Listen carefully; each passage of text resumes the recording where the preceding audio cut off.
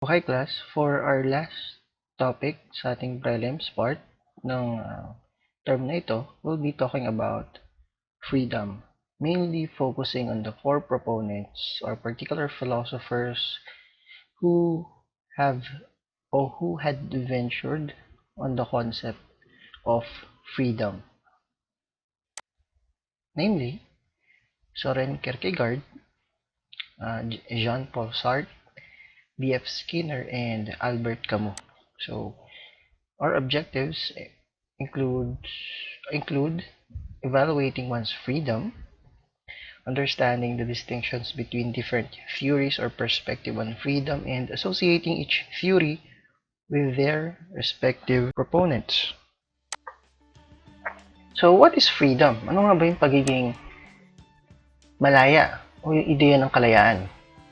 So, here are a series of photos to maybe parang stimulate yung mga isipan natin kung ano nga ba yung konteksto ng pagiging malaya para sa atin.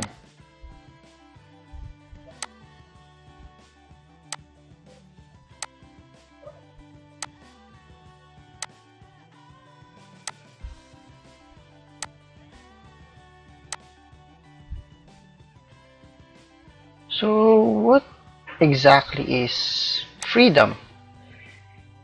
Perhaps one of the most common questions on human life is how free we are, or if we really are free at all. Say for example, you go to school, then at lunch you will eat. Perhaps the point that you have the choice on what to eat constitutes your freedom. Pila ka sa turo mo kay ate kung anong gusto mong bilhin, and that particular choice is your way of showing, displaying that you have the free will, the freedom, kalayaang piliin yung gusto mong ulam na kainin sa pagkakataong kakain ka. Or maybe not, because you have no choice other than to eat. Another question, can you not eat? Meron bang ibang pwede ka pang bagay na gawin sa particular na oras na yon bukod sa kumain? One of the most, if not one of the most well-known philosophers in the study of freedom or dissecting the concept of freedom is Soren Kierkegaard. So for him, freedom is not merely the absence of constraint, but an individual being conscious of something, being aware of something. Ganito kasi yung mindset ni Kierkegaard. Before that, on your own time, basahin nyo muna ito, an excerpt from Either or, an ecstatic lecture of Soren Kierkegaard. So, pag binasa nyo yan, makikita nyo yung anxiety sa way ng pagko-contemplate or pag-iisip ni Kierkegaard. At yung anxiety yun, he explained that anxiety is as the dizzying effect of freedom, of paralyzing possibility, of the boundlessness of one's own existence. As such, it's a kind of existential paradox of choice. So, before ko ipaliwanag, clearly, practically, yung gusto niya iparating doon sa anxiety in relation to freedom, meron ditong particular term, existentialism. Kierkegaard is known as the father of existentialism. So, basically, siya yung nag-coin at isa sa mga unang nag-aral o nagpalawak ng ideya ng existentialism. It's a philosophical theory or approach which emphasizes the existence of the individual person as a free and responsible agent determining their own development through acts of the will. Ibig sabihin, you as an individual person, your existence, lahat ng ginagawa mo, you are free and at the same time responsible with whatever it is that you are doing. What matters is the context of existence. What you're doing right now, what you'll be doing tomorrow, what you'll be doing in the near future, or what you've done in the past. Those are important. Okay? Those are important contexts. Contexts in fully understanding the importance of what it means to exist, what your existence means to you and to those people who are surrounding you. And that particular existence can be based from your own, or is based from your own acts of will. Ibig sabihin, ikaw mismo yung pumili. Ang importante yung mga choices na ginawa mo ngayon, mga bagay na ginawa mo, dahil ang idea is it all boils down to you, the one with that particular existence, existing to do that particular context, to do that particular action. Balikan natin, bakit nagkaroon ng anxiety? Say for example, balik tayo sa example ng pagpili mo ng pagkain sa cafe. Okay. Lunchtime, punta ka ng cafe, pipila ka, at habang pumipila ka, chine-check mo na yung mga pagkain na gusto mo kainin or pwede mong bilhin. Yet, by that time na nandun ka na at ikaw na yung tinatanong siguro ni ate, yung mga naisip mo na gusto mong bilhin, pwede magbago. Either na-influensyan ka ng katabi mo, or may biglang bagong choice na dinagdag yung si ating server sa cafe, or may naamoy kang masarap na pagkain sa ibang concessionaire, to the point that yes, you are free, yet because you have so much freedom, you have boundless choices, you're being paralyzed to do something. You become anxious to even act. Kasi, halimbawa, mag-aaral ba ako? Makikinig ba ako ng lectures? O maglalaro ako? Pero pag hindi ako nakinig ng lectures, baka bumagsak ako sa exam. Pero pag di ako naglaro, baka hindi na ako isali ng mga friends ko dun sa nilalaro naming online game. Because you have so many choices, so many questions popping up on your mind. You're going to a point that you're basically paralyzed on what you should actually be doing. To the point that you become anxious. Na, pipiliin ko pa ba to? Gagawin ko pa ba to? May gagawin pa ba ako? At some point, that anxiety leads to regret. Na pag ginawa ko to, baka magsisi ako. Na baka pag di ko to ginawa, magsisi rin ako. Regardless of my choice, pagsisihan ko lahat ng pwede kong gawin. Hence, anong resulta ng pagkakaroon ng kalayaan sa isang tao ay yung pagkakaroon ng tinatawag niya na anxiety. So, yung anxiety niyo napaka-importante sa pag-aaral ng ng freedom for Kierkegaard. Because for Kierkegaard, to resolve this paradox of choice, because you have so many choices, you're being paralyzed to even think of what you should be doing. We must have that leap of faith. Leap of faith. That dizziness of freedom.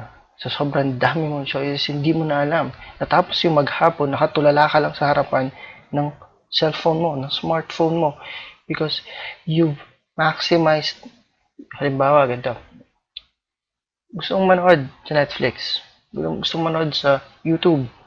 But, because you have so many choices, naubos yung 30 minutes to 1 hour mo ng paghahanap lang ng pwedeng panoorin. Na yung drive to actually watch something, nawala na.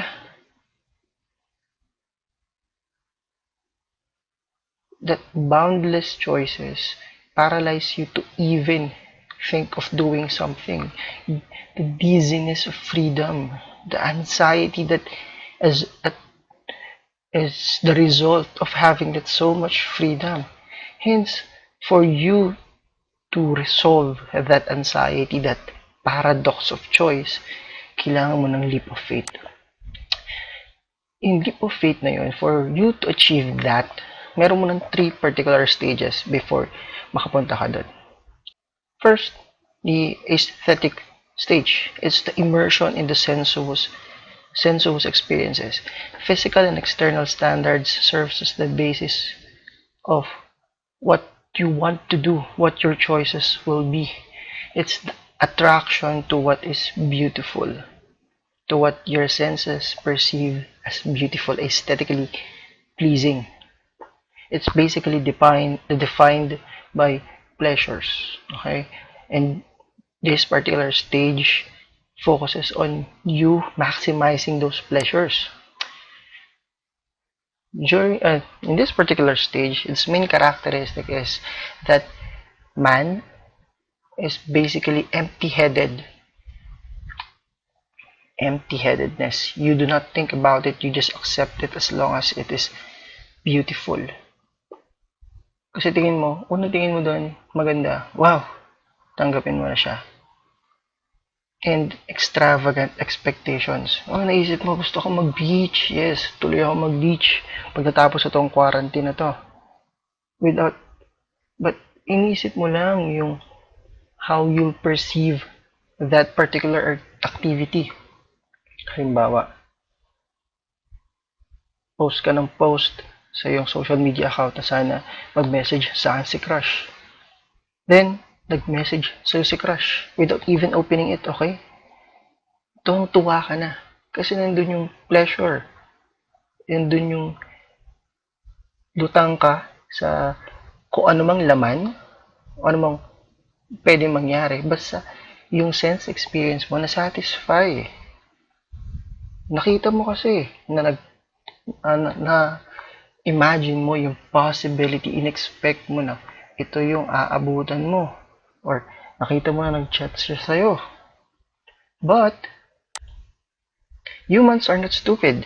They will eventually realize the weakness of relying in sensuous experiences. Kasi alam natin, by the time na matapos to, halimbawa yung quarantine at nakapunta ka dun sa gusto mong puntahang lugar, marirealize mo na yung expectations mo will not actually satisfy what's right in front of you. Hence, meron tayong tinatawag na ethical stage. Consciousness in terms of the moral aspects in life, wherein an individual in the ethical stage tries to discern whether his action is good or bad. Sense of duty to observe societal and confessional obligations. Kung yung aesthetic stage, it focuses on your personal desires, personal choices. Ethical stage tries to question your choices by discerning if it is actually good for you or bad for you based on certain societal rules or standards na sineset na lipunan or kung saan lugar ka man naroon o kinalalagyan mo. More than just sensuous experience, you are being conscious on the moral aspect. Say, balikan natin yung chinat ka ni crush mo. Yung pag-chat niya sa'yo, regardless kung hindi yung panababasa, that's the aesthetic stage. You've accepted that particular idea na, yes, may pag-asa ako. Malaya ako. Nagawin yung gusto ko. At malaya din ako na makatanggap ng mga ganitong mga acts towards me. Yet, nung binuksan mo siya, nakita mo na nagpapatulong lang pala siya sa'yo na magsagot ng isang survey.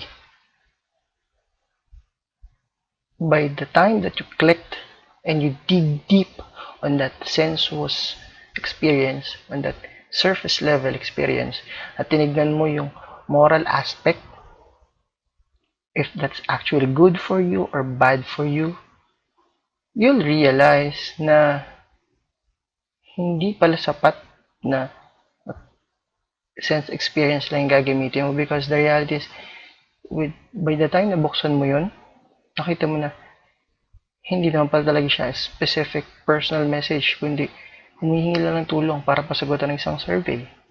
Going back to expectations versus reality by that time. matuloy yung summer outing nyo after this quarantine, expectation nyo, may enjoy nyo yung beach, yet by the time nandun kayo, sobrang daming tao kasi lahat kayo, yun yung expectations. As such, you start to discern if your choices are actually good or bad. However, it's true that humans have that capability to make sense of what could be right or wrong, but how do we make sure of it? Could it be that such is the limit of human wisdom? Paano natin? Sino magdidikta ba talaga kung ano yung tama o mali? Kung ano yung mabuti o masama para sa akin? Porket sinabi ng kaibigan ko na yung sinend sa akin na survey ay parang humingi lang ng tulong, it's nothing personal, i-accept ko na lang ba yun as such? My choice will be to accept it as it is. What if yung pala, yung way, yung crush ko para magpapansin sa akin? But because tumigil yung mindset ko, yung context of being free dun sa ethical stage, ang nagdikta lang ng standards nung kung ano yung maganda or pangit para sa akin, or katanggap-tanggap o hindi para sa akin, ay mga tao sa paligid ko o yung mga kaibigan ko. Hindi ko nalaman yung pinaka malalim na rason kung bakit nag-message sa akin yung crush ko in the first place, o kung bakit napakadaming tao dun sa beach na gusto kong puntahan in the first place. Because if you fully want to understand the context of being free and resolve that anxiety, that dizziness of having choice, your freedom should be consciousness of something. May pinagmumulan. According to Kierkegaard, that's not enough. An individual assumes there's something lacking in his life. It's because an individual's existence is not supposed to be lived in the first two stages. We need a leap of faith. What if I try to base my standards not from those who are surrounding me, but to those or to that particular being who's basically universal and all-knowing? For Soren Kierkegaard, to be free is to seek for a supreme being. Freedom is authentic, tunay yung kalayaan, if it is lived in consciousness with the supreme being. Mararamdaman mo lang na tunay kang malaya pag yung ginagawa mo ay tungkol o para sa Diyos sa kaitaasan. Take note that Soren Kierkegaard is a Christian, and for him to fully accept the concept of what it means to be free, what is actually good or bad for me, is to live with passion and commitment to a certain deity, to the supreme being, who's basically all-knowing and universal. Our choices in theological stage are also within the bounds of morality. However, it's different because you are giving your life to Him, similar to what Abraham did. Your choices, and you are to believe that the context of what is good or bad, siya yung bahalang magdikta para sa'yo. Theological stage for Kierkegaard is being concerned on how to lead an authentically religious life while surrounded by people who are falsely religious. Ito kasi yung nakakalungkot sinasabi niya. He rejected the sufficiency of the idea of being born Christian. Hindi sapat na nominal Christian ka kung gusto mong tawagin ang sarili mo isang Kristiyano. Christianity is a commitment which the most of the mob of Christendom do not possess. He disliked the notion that yung tinatawag na herd phenomenon na para mga tupa lang tayo at sumusod lang tayo sa sinasabi nating pastol. Okay? Passive adherence and empty belief conjoined with social membership. Simple put, sumasali ka lang kasi ano yung friends mo, kasi yun yung religion mo nung pinanganak ka, regardless kung Christian man yan, Catholic, or any religious denomination, Islam. For Kierkegaard, the relationship with God is exclusively personal, and he believed the large-scale religion of the church distracts people from that personal relationship. Because Christianity is a paradox. It's a paradox which demands passionate faith, not to the church, but to God Himself, to the Supreme Being Himself. It requires unconditional religious commitment. Hindi yung magsisimba ka lang kasi gusto mo kompleto yung simbang gabi dahil may wish ka or may makukuha ka in return kasi magde-date kayo doon ng crush mo or gagala kayo ng friends mo. Being religious does not demand all those religious practices. It's about passionate faith and conditional commitment, because belief is one part, but passion would be the proper response for it, and for you to fully accept what it means to be free. It's becoming, or it's being conscious of something, and that something is God Himself. Anxiety for him is not actually a problem. It basically informs us of our choices. Being anxious of what to do, what I want to be, what I can be, basically tells us all of the possibilities right in front of us, our self-awareness and our personal responsibility. And it brings us from a state of unself-conscious immediacy to a self-conscious reflection. And because you now know what particular choices are right in front of you, the choices that you'll make, hindi mo na pagdadalawang isipin yan.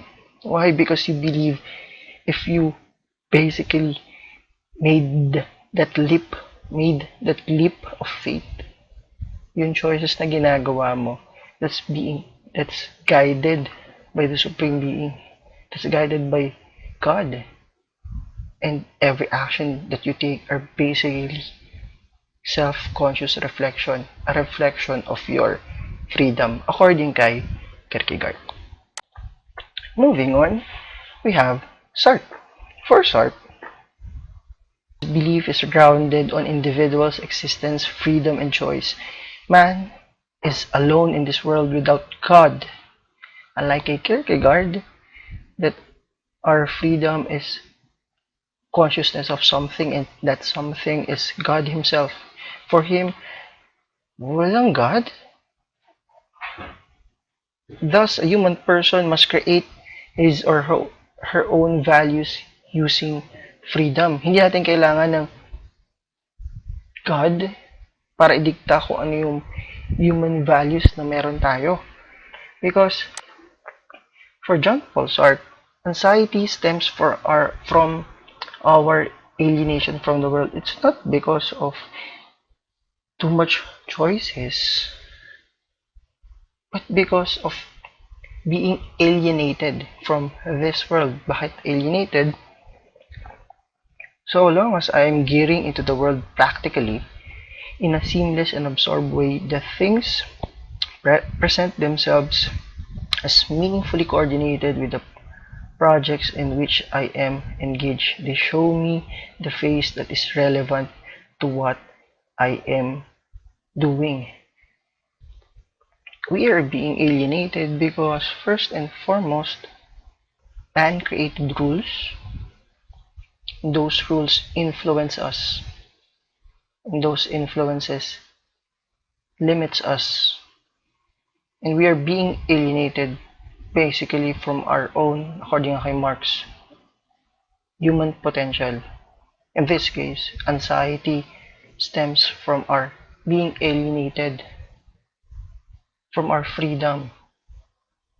Kasi nawawala yung importansya ng kalayaan natin. Ang importante, gawin natin yung mga bagay na ina-assign sa atin. Mga bagay na dinidikta ng lipunan sa atin na mula pagkabata pa lang tayo, ito yung dapat mong gawin hanggang sa naging estudyante ka na, naging young adult ka na, nagkapamilya ka na, tumanda ka na. You're basically following a set of rules, standards being told to you by the society, and that creates a certain sense of anxiety because you're being alienated. For Sartre, man is nothing else but that which he makes of himself. I am abandoned in the world in the sense that I find myself alone without help. This alienation creates a sense of despair, boredom, nausea, and absurdity.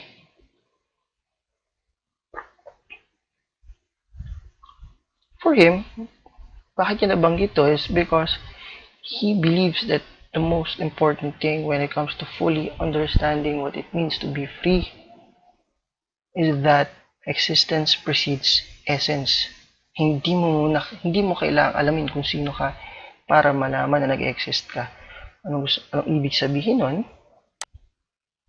First, we need to understand the context of facticity.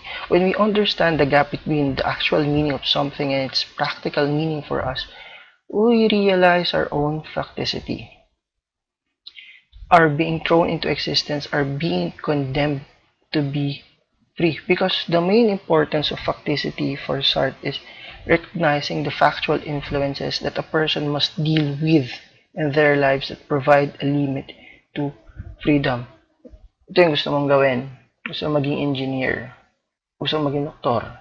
Gusto mong maging veterinarian. Gusto mong maging dentist. Gusto mong maging scientist. Yet, yung parents mo, may ibang gusto mong gawin para sa'yo. Kahit ang dami mong posibleng choices, may mga tao, sabihin natin mga tao, sa paligid mo na nag-limit, okay? Nagpapamukha sa'yo na ito yung mga bagay lang na pwede mong gawin. Hence, you're just being thrown into existence. Tinapon ka lang sa mundong ito. Gawin mo ang mga bagay ito para magkaroon ka ng silbi, para mag-exist ka. At that point, we realize that everything in this world is disgusting, even our existence. Because existence, or our existence, is in itself just being thrown right in front of us. Is not what our choice. Basically, it's what other people wanted us to be. Our lives are bounded by all the choices that we have. Sadly, hindi lahat ng choices na yun tayo yung pwedeng pumili para sa atin. Our being free is basically our punishment, meaning that being condemned to be free, such freedom is our punishment. All of our choices are mere punishments if we realize that there are certain limitations to that particular freedom that we have. Hence, our existence is basically disgusting. This world is disgusting. Yung kalayaan mo pala ay punishment sa'yo. Dahil you are bounded by all the rules, the factual influences that control you from the day that you're born up to the day that you are about to die. Imagine, pinanganak ka, dapat kung Katoliko parents mo, pag pinanganak ka, matik, dapat binyagan ka. Pag namatay ka, dapat iburol ka. Kung ikaw ay Kristiyano, ikaw ay Katoliko, you are to follow yung mga sakramento mula pagkabuhay hanggang sa pagkamatay mo. Imagine, your sense of freedom is basically thrown right in front of you. Or you're being thrown to do those particular things, rules. Another point that he wants to state is that for Sartre, whenever that happens, we usually flee or he explained this particular term bad faith. Part of freedom is that particular term bad faith. When we talk about bad faith, it's the habit that people have of deceiving themselves into thinking that they do not have freedom to make choices for fear of potential consequences of making a choice. Alam nila na may kalayaan sila, pero hindi nila ginagawa. Kasi dadalawang isip sila do sa posibleng maging konsekwensya ng kanilang mga gagawin. Hence, a cafe waiter being too waitress, women in the first date being two women in the first date, and a religious automatons, political automatons. Those particular status quo, okay, cliche characters. By acting in bad faith, the waiter and the woman are denying their own freedom by actively using freedom itself, because they know that they have the freedom. So, halimbawa, may umorder sa'yo, barista ka, in-order niya lang coffee, pero alam mo na may mas masarap na version ng coffee, pero ito yung in-order niya, hindi mo sinabi sa kanya, hindi mo parang sinuggest. Why? Because masabi sa'yo, ang trabaho mo lang ay pagsilbihan sila, hindi magbigay ng opinion sa mga gusto nilang gawin, sa mga gustong gawin ng customers. You have the freedom to do such, but since you're acting in bad faith, you did not do or did that particular action. Acting in bad faith, they manifestly know that they are free but refuse to acknowledge it by not thinking that you have the freedom to choose for that particular person. You're basically manifesting freedom in itself. Hindi mo lang gusto i-acknowledge yun. This now becomes a paradox. When acting in bad faith, we actively deny our freedom. However, we rely on it to perform our denial. Imagine, paradox na naman. Hindi ka malaya na pakilaman yung customer, pakilaman kung sino man yung kasama mo on the first date, pakilaman yung mga religious individuals, political individuals.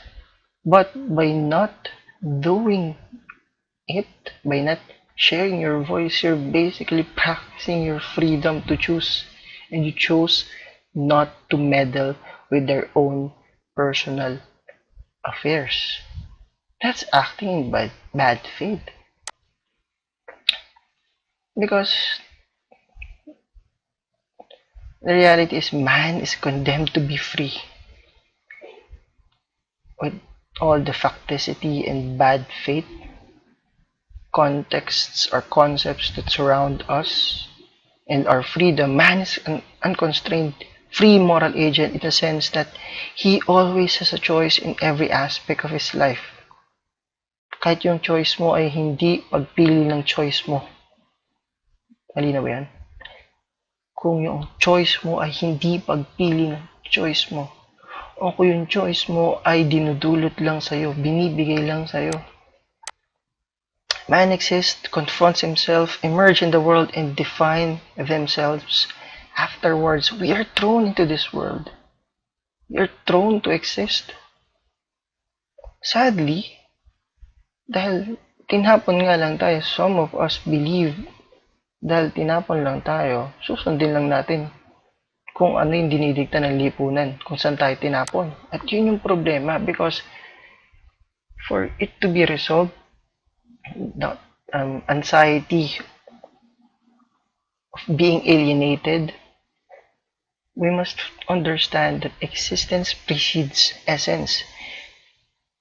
For in our freedom, we bear responsibility for it. In our realization of being condemned to be free, we become anything but free.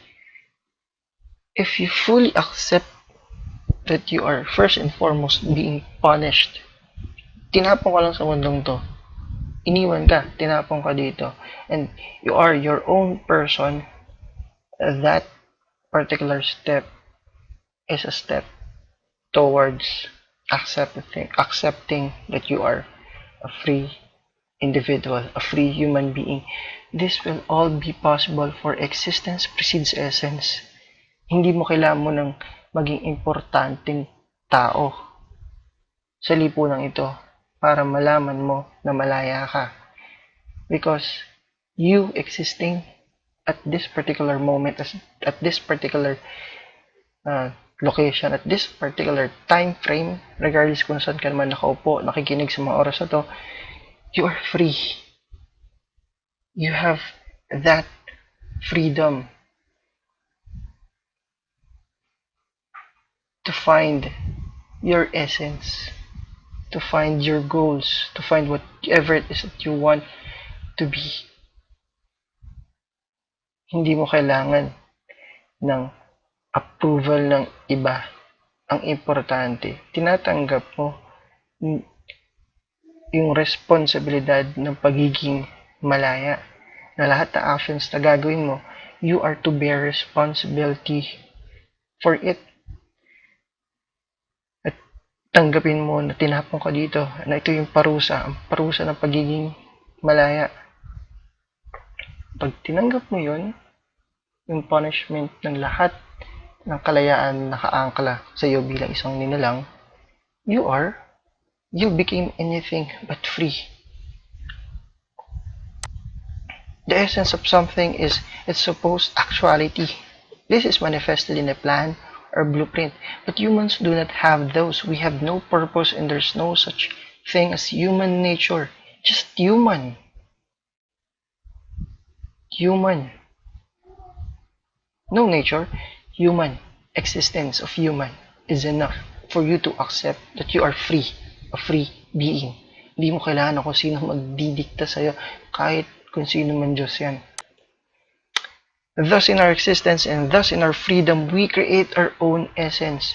We create our own values in general. We mold what a human is. You mold what a human is. You mold who or what you are. Our freedom to choose creates what essential characteristics or essential features that we want to be part of us. That's how we transcend as a human being, as a free human being. All in all, the fullest realization of one's manhood is found in the recognition that one's very activity is freedom itself. Sabihin mo sa sarili mo, I am my freedom. Next, we have Skinner. Bernard Frederick Skinner is more famous through his works in psychology. He's known for operant conditioning. Sabi niya dito, freedom is a matter of contingencies of reinforcement, not of the feelings the contingencies generate. The distinction is particularly important when the contingencies do not generate escape or counterattack. He is contributed in the question or understanding of freedom. For him, human freedom is nothing but an illusion. Man's struggle for freedom is not due to a will to be free, but certain behavioral processes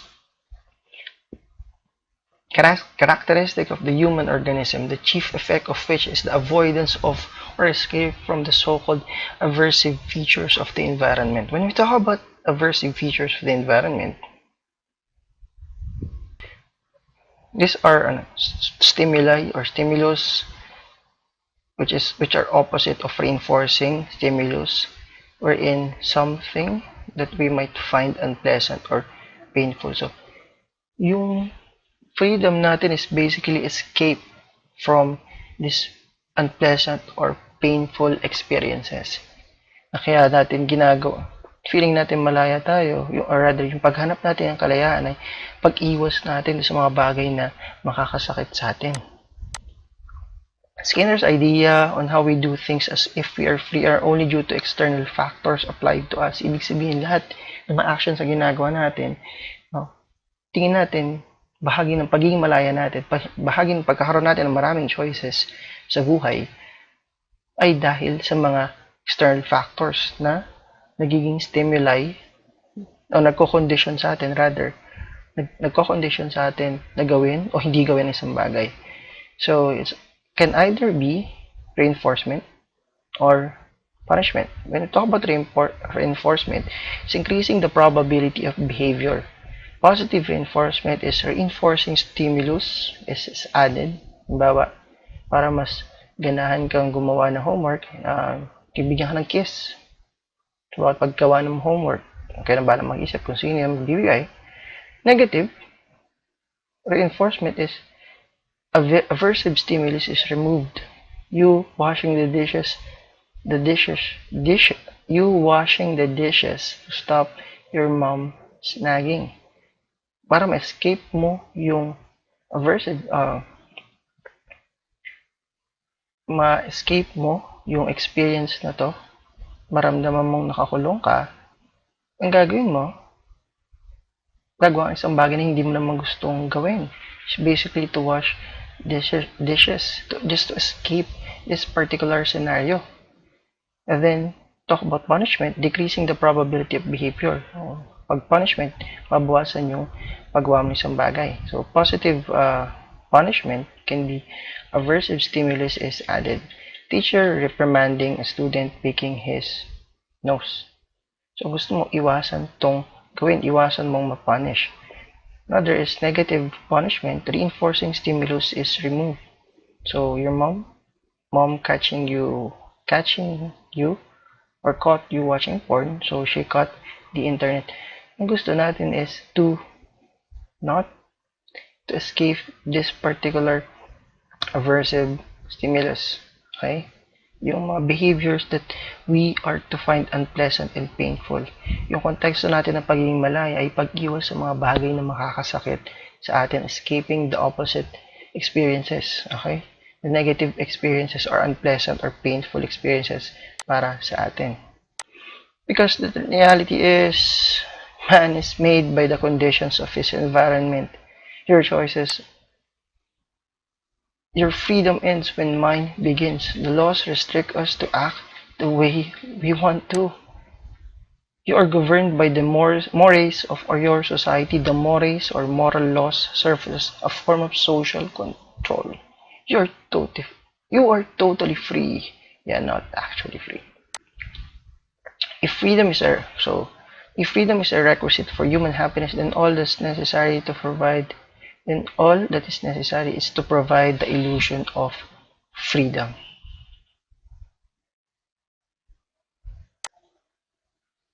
Lastly, we have Albert Camus.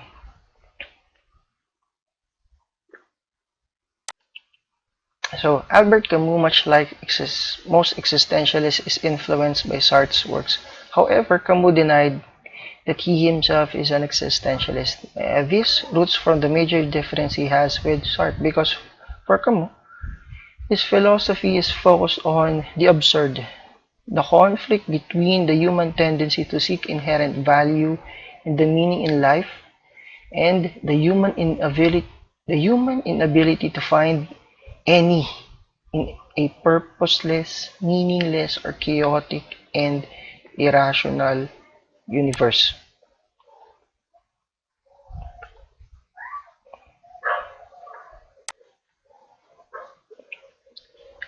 The absurd in other definitions is the conflict created between human reason and an unreasonable universe, and it exists only so long as one is consciously aware of it. So ito yung conflict na yung absurdity ay yung conflict na nag-arise mula sa limitations ng human reason and yung unreasonableness or unreasonability ng mundo na ginagalawan natin. For Sartre, existence precedes essence. So, your view being thrown into this world at maintindihan mo na malaya ka. Hence, for you to fully accept who you are and what you want to be, it's important that you need to grasp first that you existed and your freedom is part of that existence, and freedom will serve as a fuel for you to find your essence. For Camus, it's the opposite. Camus embraced the idea that man has an essence. At yung essence natin is the absurd. He highlighted this in his essay, including the myth of Sisyphus. So, yung absurd na yun, ulitin ko lang, is the conflict between human reason and unreasonable universe. Yung, in a nutshell, yung kwento ng myth of Sisyphus is that Sisyphus was condemned, siya yun, by God to ceaselessly, continuously roll a rock to the top of a mountain. Wherein, by the time na yung stone na yun ay dumating sa summit, or halos sa dulo ng summit, the stone would fall back of its own weight. Ibig sabihin, gugulong siya pabalik, pababa. They had thought with some reason that there is no more dreadful punishment than futile and hopeless labor. Na kahit anong gawin ni Sisyphus sa pagdadala dito ng batong yan sa dulo para maging malaya siya, laging babalik, gugulong at gugulong pababa yung bato. At uulit-ulitin niya yung kanyang ginagawa kahit anong lakas pa niya. Because for the gods, our life is basically, his life, or even us, our lives are basically a meme. Na kahit anong gawin yung pagsisikap, lagyan natin sa konteksto ngayon, hindi lahat ng pangarap mo, maabot mo. Hindi lahat ng gusto mo, makukuha mo. Hindi lahat ng pwede mong gawin, magagawa mo.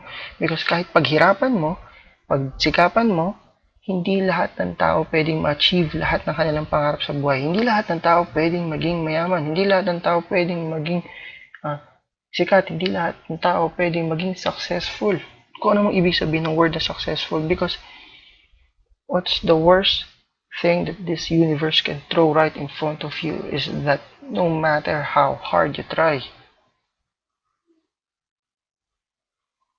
at some point, walang mararating yung paghihirap mo. At yung buhay mo ay isang malaking metaphor ng pagtutulak ni Sisyphus ng isang boulder paakyat sa summit, na pagdating sa summit, gugulong na ito pababa. Hence, our life is full of punishment. Yun yung absurdity. Regardless of how hard you try, hindi lahat pwedeng ma-achieve yung mga gusto nilang ma-achieve. Hindi lahat pwedeng magawa yung gusto nilang magawa, kahit anong talented mo pa.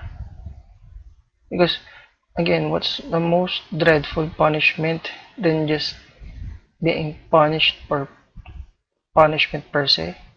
Is futile and hopeless labor.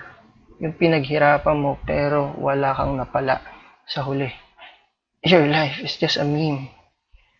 Mula sa malayong lugar, pinagtatawanan ka ng mga Diyos or Diyos-Diyosa na pininiwalaan mo kasi kahit anong paghihirap mo, wala ka nang pala talagang maabot. Nasaan yung pagiging malaya doon? That's how absurd, nakakagago, nakakaloko yung universe na meron tayo. Kahit anong aral mo, anong basa mo, kung babagsak ka, babagsak ka. Hence, for Camus, you can only do one thing. And that's to rebel to that absurdity. He called it as the metaphysical rebellion. Mamaya ipapaliwanag ko kung ano yun, pero in simple terms, ganito. Kung nahihirapan ka, kung pinahihirapan ka, tawanan mo. The only freedom that the absurd man can know is the freedom that he or she experiences. The freedom to think and to act as he chooses. Because yung absurdity, take note, our essence is that we are absurd. Absurd man. We're being in conflict. We're living in a world in conflict with our reason and the unreasonableness of the universe. Paano mo mararamdaman na malaya ka sa ganong konteksto? Isang bagay. I-embrace mo yung ginagawa mo. Na kung pinahihirapan ka, ngumiti ka.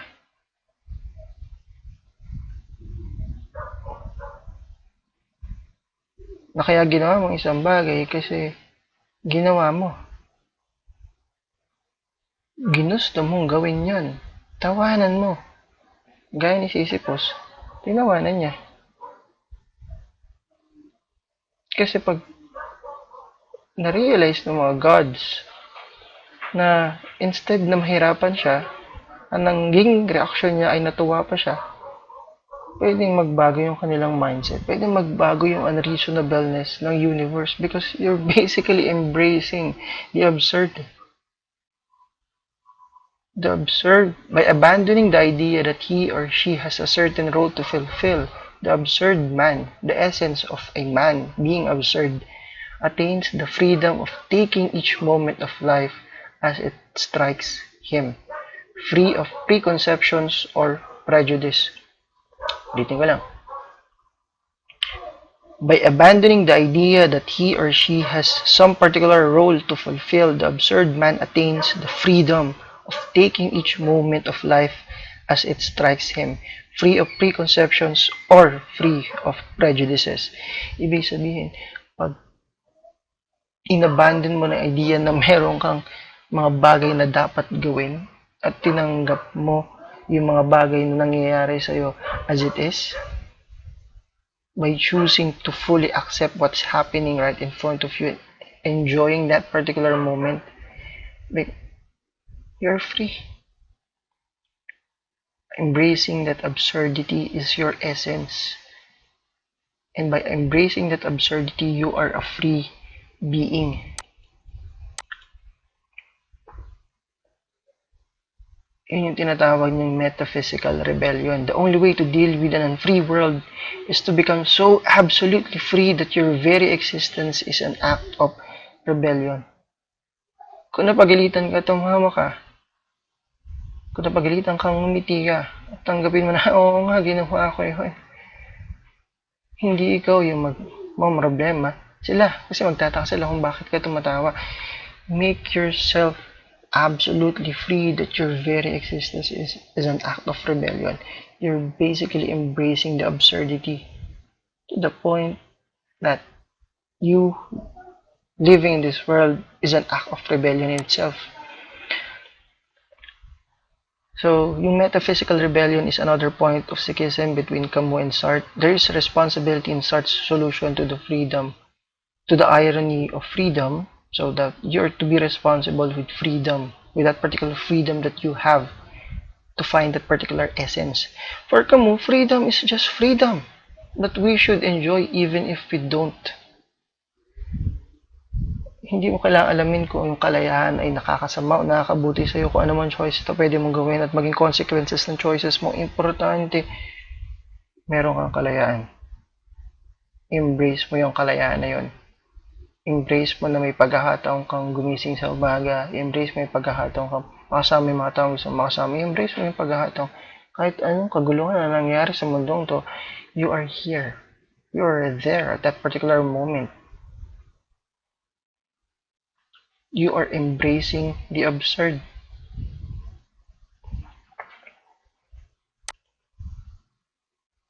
Simply put, fun. Sobrang daming problema sa mundo. Try mong i-accept ito. Not blindly accepting, but embracing the absurdity that is befalling around us. Because the rebel refuses to approve the condition which he or she finds him or herself. That in itself is his idea of what it means to be free. So, short summary. Basahin nyo na lang po.